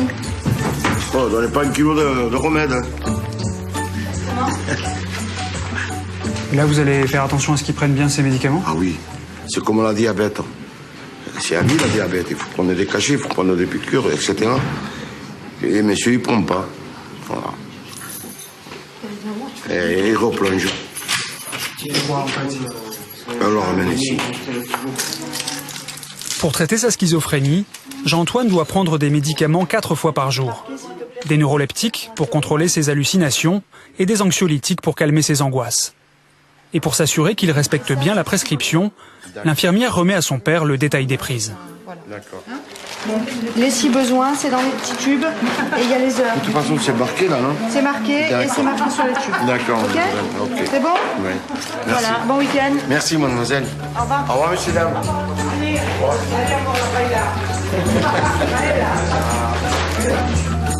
Pour Jean-Antoine, l'enjeu est de taille. S'il ne rechute pas ce week-end, il pourra rester chez ses parents. Docteur Audet, quand on voit Jean-Antoine, son père, sortir avec ce sac de médicaments pour un week-end, on se dit qu'honnêtement, quand ces enfants, enfin ces jeunes adultes ne sont pas appuyés et aidés par leurs parents, ils doivent quand même, ça doit être sacrément difficile. C'est vrai que quand la famille est là, ça se passe souvent mieux. On a intérêt à faire une alliance et à former la famille, parce que c'est une maladie compliquée. On va reparler de formation après, bien sûr. Voilà, et c'est très important de soutenir les familles. Jusqu'ici, on avait tendance à laisser un peu la famille de côté avec l'idée qu'elle gênait. Mais c'est-à-dire que voilà, il est à l'hôpital, il va bien, il sort, il est dans sa famille, il va moins bien, donc ça doit être la famille qui fait quelque chose. Et ça, c'est faux. La famille, c'est le premier cercle de solidarité souvent. Alors, il y a des malades qui arrivent sans famille. Hein, on ne peut pas leur imposer non plus la famille. Mais aujourd'hui, vous travaillez avec les familles. Mais c'est important parce qu'on montre que quand on forme bien la famille, hein, le malade a des chances d'aller mieux, 2 fois moins réhospitalisé, si la famille a une formation qu'on appelle de psychoéducation, c'est-à-dire d'éducation thérapeutique de la famille. Mais ce sont des vraies formations qu'on leur donne. Nathalie, bonsoir. Merci d'avoir accepté notre invitation. Vous êtes membre de l'association Schizo Espoir 54. Alors, votre fils unique, David, est malade. Il a 26 ans. Oui. Alors, vous êtes un peu dans le même cas que Catherine tout à l'heure. Il y a eu une perte de temps avant de poser le diagnostic. Ça a été pareil. Alors, il y a eu de la drogue, etc. Mais il y a eu cette crise d'adolescent dont on ne savait pas trop si c'était normal ou... C'est un petit peu le même chemin que Catherine, hein, puisque j'ai 10 ans de maladie derrière. Même 10 ans et demi. Et en fait, ça a commencé à l'adolescence aussi. Et pendant 3 ans, on m'a laissé comme ça. Qu'est-ce qu'il y avait comme signe? Seul comme Oui, seul. Ben, il y avait déjà des signes de repli. Il y avait des signes de tristesse, ne plus travailler à l'école, plonger dans la drogue. Et surtout l'agressivité vis-à-vis de la famille. Et c'est vrai que le premier psychiatre qu'on a consulté, hein, d'ailleurs je voudrais lui dire que je n'en veux pas aujourd'hui parce que j'ai fait mon chemin malgré ce qu'il m'a dit, c'est qu'en fait il m'a dit Madame, faut vous soigner, c'est vous qui êtes malade. Vous êtes une mère castratrice, votre fils est adolescent, faut le laisser vivre, il faut le laisser faire. Et en fait, je peux juste interrompre une seconde à ce sujet parce que c'est quand même pendant des années on a quand même fait porter la schizophrénie, la responsabilité de la schizophrénie aux mères. Hein. On continue. On continue. L'autisme aussi. Ben oui. Par exemple, Yann, il va vous le dire, en France, des services qui s'occupent de faire des psychoéducations aux parents, c'est-à-dire qui considèrent que c'est des alliés. Moi, dans ma ville, 1 million d'habitants, un service. Donc les mères n'y sont pour rien, bien évidemment. Juste, en tous les symptômes que vous décrivez, en combien de mois ça s'est passé? Alors en fait, ça s'est fait progressivement. Et aujourd'hui encore, je me pose la question, est-ce que je n'ai pas vu ou est-ce que je n'ai pas voulu voir? Parce qu'en fait, quand on est maman jusqu'au bout. Et c'est vrai que on a des envies pour ses enfants, on a des projets, et en fait on met ça sur le coup de l'adolescence. Et j'ai bien aimé dans le reportage Daniel qui disait il y a avant, il y a maintenant et à l'avenir. Voilà, hein, le côté irréversible. Et c'est vrai que souvent je choque pas mal de gens, mais je dis en fait moi ce qui m'a aidé, c'est déjà de suivre le programme Pro-Famille il y a 10 ans, mais aussi voilà dont on a parlé tout à l'heure, mais aussi le fait de faire le deuil de l'enfant que j'avais avant, de vivre le présent et surtout de lui voir un avenir aujourd'hui. Le problème, c'est qu'une fois que le diagnostic a été porté, bien sûr, il a été traité et il a de nombreuses fois arrêté ses traitements et replongé à chaque fois. C'était lié à quoi? Au fait que vous étiez mal informé, que vous n'avez pas assez parlé des effets secondaires des traitements. C'était lié à quoi? C'était déjà la désinformation. puisque la première hospitalisation, je dis toujours, je suis allée chercher, on m'a donné justement ce fameux sachet de médicaments, et voilà, merci, paquet cadeau, vous reprenez votre enfant. Et vous débrouillez. Voilà, vous débrouillez. Je ne savais pas que c'était des neuroleptiques, hein. Donc c'est vrai que voyant dans un état un peu second et les effets secondaires, on a arrêté. Même moi, je lui ai dit, on arrête. Ça a été super pendant 6 semaines. Et puis après, ça a été 3 mois d'hospitalisation, l'enfer. Mais c'est vraiment la désinformation. Pourquoi on a du mal à comprendre pourquoi, alors qu'il y a un médicament en retard, avec une piqûre par semaine, ou par mois, enfin je sais plus, on donne des médicaments à prendre tous les jours, en sachant que l'observance est encore plus difficile dans ce cas-là. Pourquoi on privilégie pas ce traitement ? Parce qu'il y a une difficulté, parce que le malade peut être un peu réticent, surtout si on lui explique pas, puis les gens n'aiment pas forcément les piqûres. Et puis, les fois, il y a des manques de savoir-faire, de négociation pour expliquer au malade que ça peut être son intérêt. Et plutôt que de discuter du traitement tous les jours, d'avoir une fois tous les 14 jours, c'est plus simple, mais faut en être convaincu. Ouais. Et il y a cette difficulté. Le malade dit, je veux pas. Et des fois, les soignants ont du mal, c'est peut-être des problèmes de formation, parce qu'en général, beaucoup de malades acceptent quand on explique le pourquoi, l'intérêt, les risques de la rechute. C'est souvent accepté, mais il y a du savoir-faire. Comme tous les patients. Oui, il faut uniquement les schizophrènes. Il faut leur expliquer que c'est une maladie, que c'est un traitement, qu'on va les aider, que s'ils ont un problème, ils viennent nous voir, et que voilà. Alors après, il faut faire très attention, parce que l'histoire de l'injection toutes les 15 jours, très souvent, on pense que les patients, ils prennent le traitement, qu'il n'y a pas de souci. Mais ce que toutes les familles et tout le monde sait, c'est que quand vous faites une injection tous les mois, par exemple, vous voyez le psychiatre 8 fois dans l'année. Parce qu'il y a les fêtes de Noël, les grandes vacances et les RTT. Donc en fait, vous le voyez beaucoup. Il n'y a pas forcément moins de risques. Et oui. Et puis ensuite, ce qui se passe, c'est beaucoup plus insidieux quand ils rechutent. Ça, c'est un vrai problème, puisqu'ils rechutent plus progressivement. Puisqu'au lieu de passer de 2 semaines, on passe à 3 semaines, puis 4 semaines, puis 5 semaines. Ce qui s'est passé tout à l'heure dans la situation qu'on a vue, c'est que la rechute, après, elle est catastrophique quand elle arrive. Parce que tout le monde pense que finalement, le traitement est bien. Il va comment, votre fils, aujourd'hui ? Aujourd'hui, il va bien. J'ai toujours du mal à dire qu'il va bien, parce que c'est vrai qu'un jour ne ressemble pas à un autre, mais il est équilibré, et je dois dire que le traitement l'aide énormément, et surtout le cheminement qu'il a fait, puisqu'il a été soigné en hôpital de jour.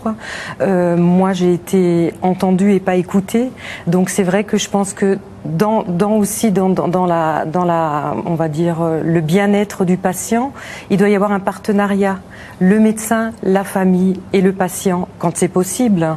Et en règle générale, c'est souvent possible, puisque ce sont quand même les parents qui ont en charge 24 heures sur 24 leurs proches.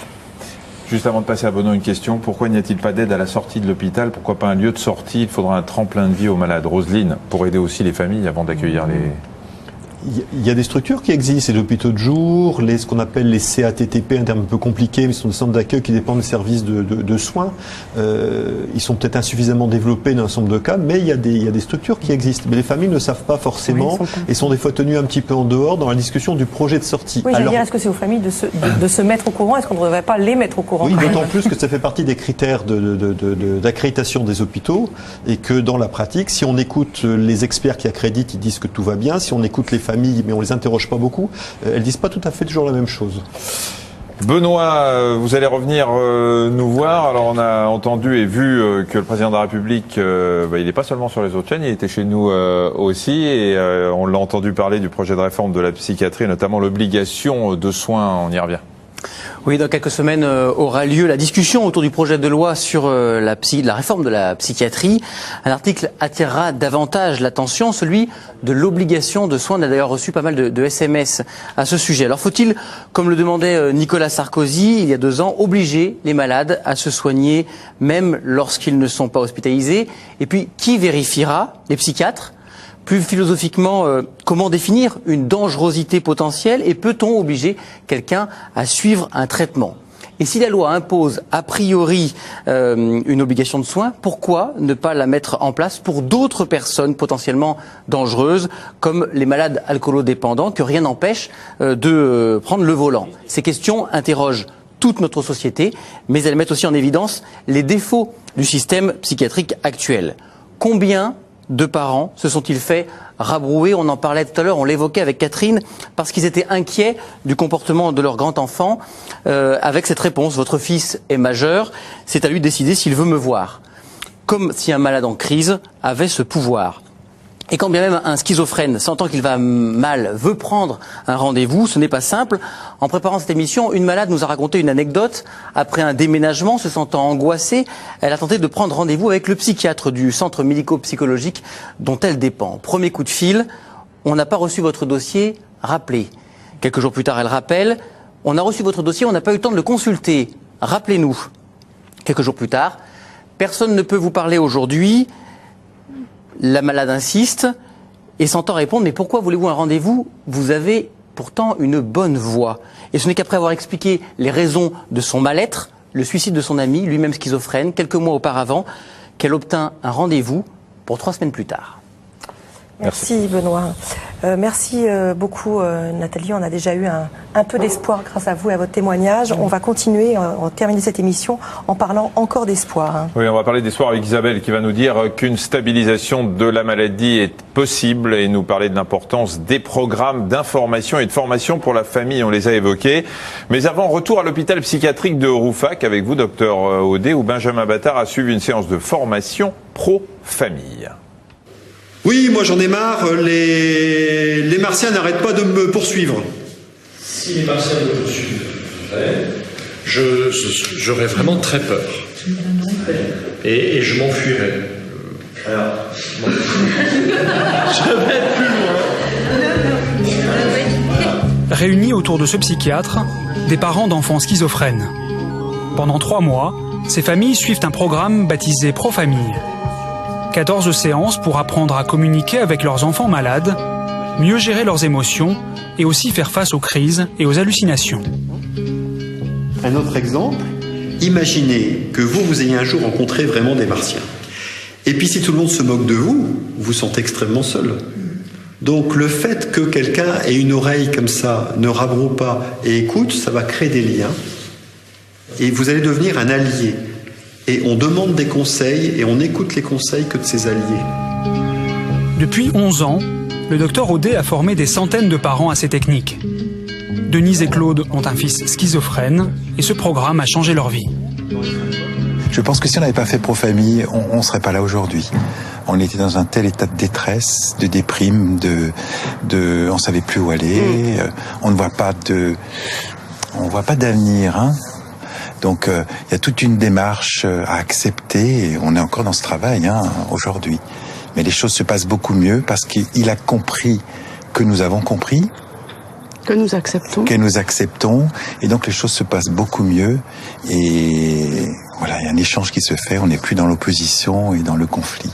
Ce qui est très souvent le cas lorsqu'on ne comprend pas. Voilà, comprendre et accepter. Isabelle, bonsoir. Bonsoir. Vous avez un fils qui est schizophrène, qui a 26 ans. Oui. Vous avez suivi ce programme pour lui. Vous avez entendu les mots de ce père, comprendre, accepter. C'est ce que ce programme vous a apporté à vous? Oui, ce programme m'a apporté énormément de choses. D'autant plus que lorsqu'on ne connaît pas la maladie, on est totalement désorienté. Pour ma part, je pensais que pour se battre, il fallait avoir les éléments pour le faire.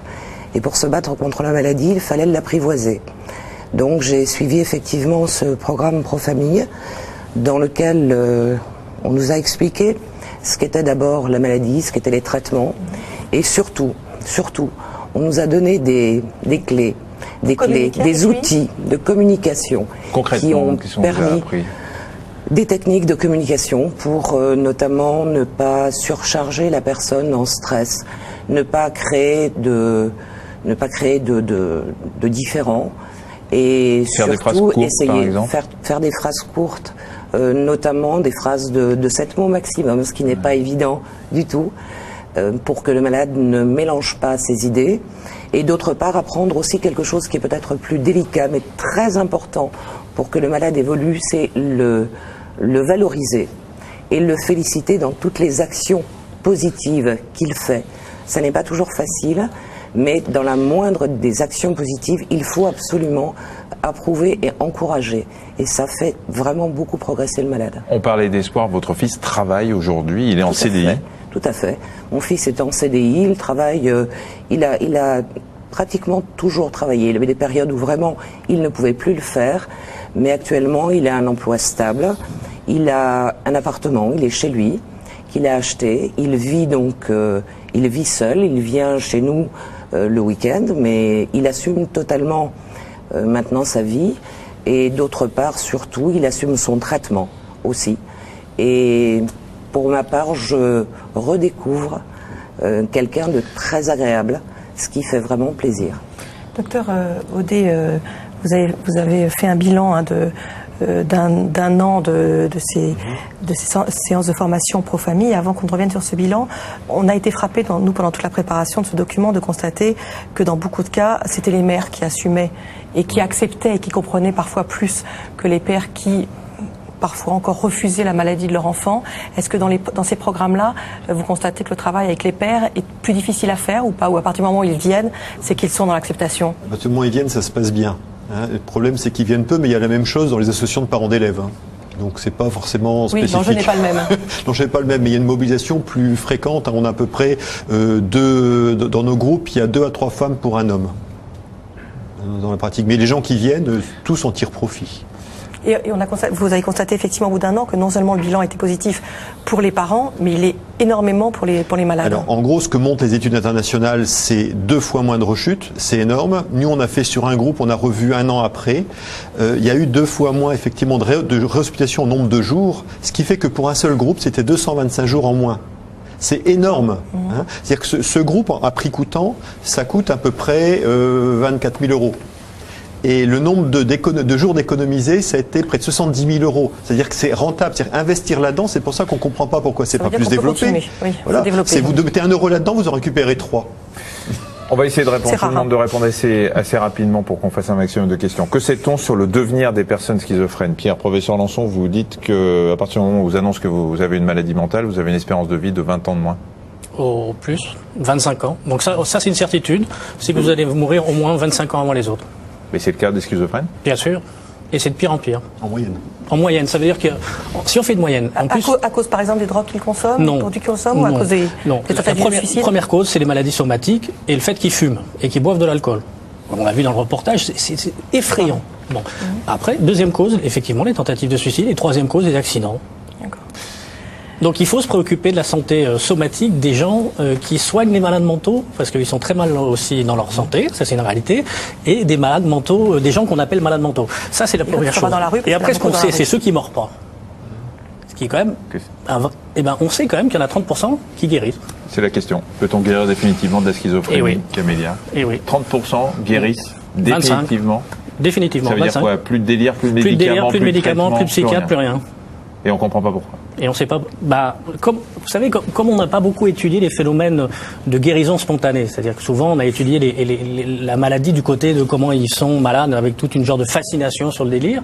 Effectivement, on a beaucoup de retard sur comprendre comment font ceux qui s'en sortent finalement spontanément.